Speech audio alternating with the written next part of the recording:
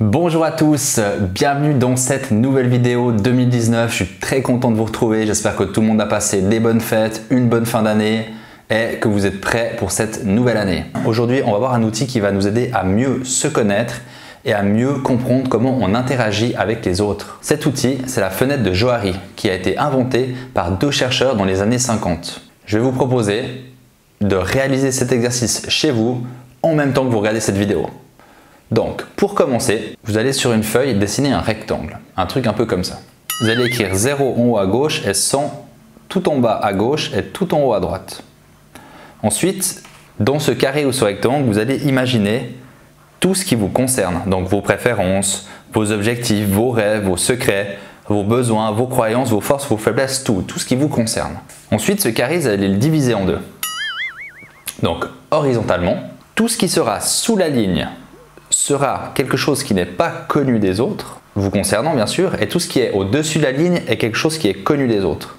Donc plus vous vous exprimez, plus vous parlez, vous agissez, plus les autres en savent sur vous. Donc plus cette partie supérieure du rectangle sera grande. Quelqu'un qui s'exprime énormément sera peut-être à 80% sur la ligne horizontale et quelqu'un qui s'exprime très peu sur lui sera à 20%. Ensuite, vous allez mettre une deuxième ligne qui sera horizontale cette fois. Plus vous vous écoutez, plus vous observez, vous interagissez, plus vous entendez ce que les autres disent de vous et percevez ce qu'ils pensent de vous, vous allez mettre cette ligne sur la droite. Donc c'est ce qui est connu de vous. Et à contrario, moins vous écoutez, moins vous observez, moins vous interagissez, vous mettrez cette ligne plutôt vers la gauche. Vous allez vous trouver donc avec 4 zones bien distinctes.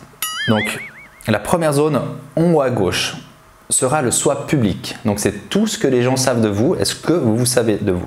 Vous allez vous retrouver avec 4 rectangles. Le premier rectangle en haut à gauche est ce qui est connu des autres et connu de vous. Donc c'est le soi public. Tout ce que vous savez sur vous et ce que les autres savent sur vous. Ensuite, en dessous, donc le carré qui est à gauche mais en bas, ce sera le soi privé. Donc c'est ce qui est connu de vous mais inconnu des autres, comme vos secrets, peut-être des objectifs que vous gardez pour vous. Voilà, c'est tout ce qui vous appartient, que vous n'avez pas envie de partager. La partie en haut à droite est le soi angle mort, comme on appelle. C'est des choses que les autres savent sur vous mais que vous ne savez pas.